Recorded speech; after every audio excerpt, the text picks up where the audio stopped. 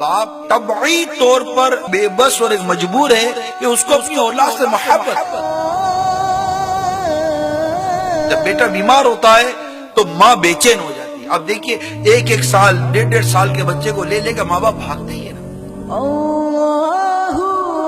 ماں باپ بیمار ہو جاتے ہیں نا، اور ڈاکٹر جو بہت بڑا علاج بتاتا ہے، بہت بڑے خرچے بتاتا ہے، تو بیٹے کی چیخیں نکل جاتی ہیں، اور وہ ماں باپ کا کما حق علاج نہیں کروا پاتا، بلکہ مفت کے ہسپتال میں بعض اوقات داخل کروا کر پیٹ پھیر لیتا ہے.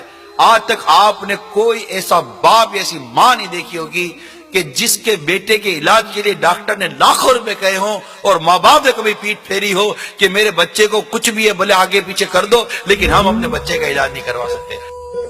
ماں باپ خود کو بیچ کر بھی بچے کا علاج کرواتے، لیکن بچہ اپنے گھر کی ایک چھوٹی سی چیز بیچ کر بھی ماں باپ کا علاج کرواتا نہیں.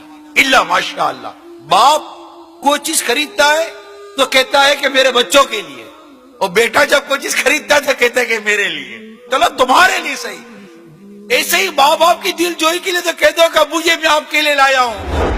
ارے میرے وجود کا سبب میرے ماں باپ ہیں، اور آج جب میرے پاس کچھ آ گیا تو میں کہتا ہوں یہ میرا ہے. ماں باپ نے تو کبھی نہیں کہا تھا یہ میرا ہے.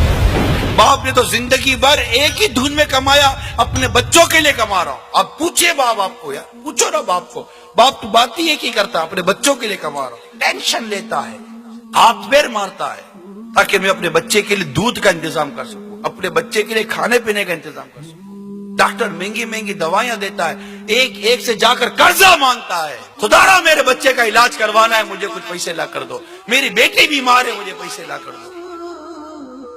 اور جب یہی باپ بیمار ہوتا ہے اور ایک امید بھری نظر جب اولاد پر ڈالتا ہے تو اولاد پیٹ پھیر کر چلی جاتی ہے کہ ہمارے پاس تو کچھ بھی نہیں ہے.